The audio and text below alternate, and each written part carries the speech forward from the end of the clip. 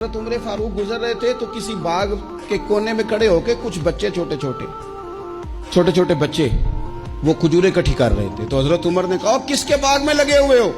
سب بچے دوڑ گئے. تو حضرت سنان بن سلمہ فرماتے میں بھی چھوٹا تھا, میں کھڑا ہو گیا تو میں نے کہا حضور ہم نے توڑ کے نہیں کھجوریں کھائیں, گری ہوئی کھائی ہیں, اور آپ کو پتہ ہے جو رستے میں گر جائیں وہ اٹھانی ناجائز نہیں ہوتی. تو حضور یہ گری ہوئی کھجوریں کھائی ہیں.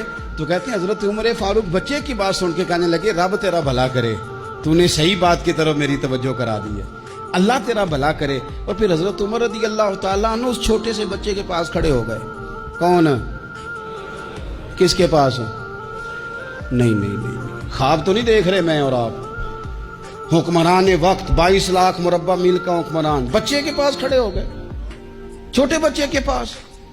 دکان پہ غریب آدمی چڑھ آئے نا, دکاندار صاحب اللہ ماشاءاللہ ان کا مزاج خراب ہو جاتا ہے. اور تیسری چیز کہنا وہ والی دکھاؤ تو کہتے لینیاں تے لے تو جا. اور اگر تگڑا بندہ آ جائے تو کہتے ہیں جناب آپ کو اس طرح کریں نشاندہی کر دے, میں انشاءاللہ خرید کے لا کے پیش کر دوں گا. مزاج